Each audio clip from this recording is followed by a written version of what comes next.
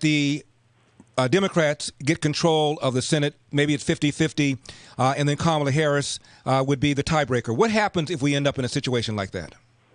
Disaster. I mean, there's no other way of saying it. I mean, what will happen there is they will have full control of all the arms of government, branches of government. You're going to see the record, the tax cuts go away because Joe Biden basically promised, read my lips, all new taxes. Small business owners are going to get crushed. He says 400,000 over. It's going to go down to like about 130,000. So pretty much every, fairly successful small business owner will get hit with that. The Green New Deal, will go through, I'm sure, elements of it, the federal $15 minimum wage, and then the gradual takeover of our healthcare system. People like kind of saying, oh, but it's Biden care, it's, this public option. The way I see it, it's still socialized medicine, Larry, except Biden care is kind of what I call the local versus what Medicare for All and Bernie Sanders' plan was the express train, right? It's all going to the same place, which is socialized medicine. And, so it's going to be disastrous from that perspective. And when you think about it, Larry, what the cabinet could potentially look like, imagine Bernie Sanders as Labor Secretary, Elizabeth Warren as Treasury Secretary, AOC as Secretary of Energy. I mean, the list goes on and on. I mean, this country will not, it won't look anything like it looks like now. And it's just such a shame. Alfredo Ortiz is my guest. He's president and CEO of Job Creators Network. By the way, their website, jobcreatorsnetwork.com. That's jobcreatorsnetwork.com. Alfredo, I'm sure you've read about this big powwow the Democrats had when they were licking their wounds after the election because they assumed they were going to pick up 10 to 15 seats in the House and take control of the Senate. They didn't do that. And apparently there was quite a bit of anger directed towards the squad. And some of the members of the squad were on the phone call and they pushed back. My point is, does that give you any sliver of confidence that maybe these guys are not going to be quite as crazy as we think they're going to be?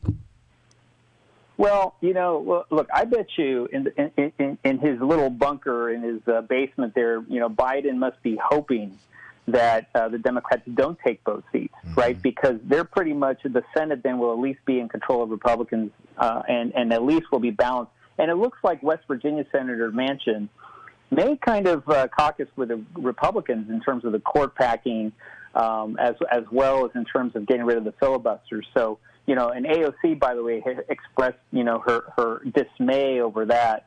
So she's trying to, push things around. But I have to tell you, one interesting thing, though, Larry, if you think about it, if Elizabeth Warren does get, if this all goes through and it is, President Biden and Vice President Harris, and they do put Warren in as the Treasury Secretary, the governor of Massachusetts, remember, is Republican, and he can put in a Republican senator, so they may gain on one and lose on the other.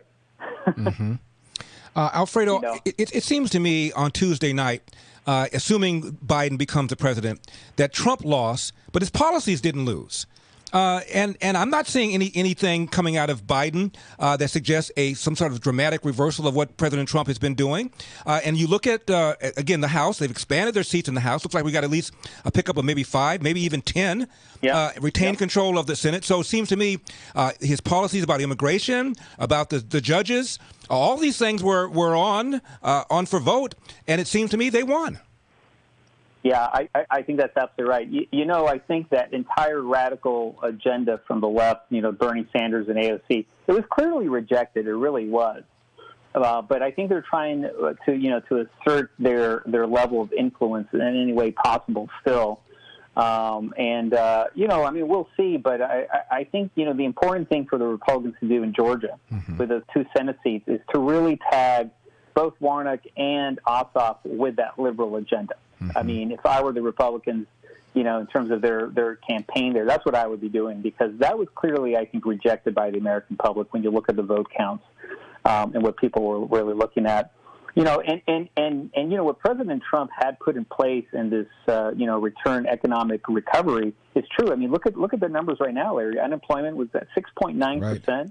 Another, almost 900,000 jobs added. I mean, this Super V recovery is working. And so, now I'm really concerned that, if this extends all the way and it is January 20th and Biden's sworn in, the lockdown, they're going to come right back. And our economy can't survive that. We've already spent almost $9 trillion supporting the economy. We can't have another round of, 4 to 6 week lockdowns of our entire economy. It just can't happen. My guest has been Alfredo Ortiz, President and CEO of Job Creators Network. Website, jobcreatorsnetwork.com. Alfredo, real quickly, who won this election?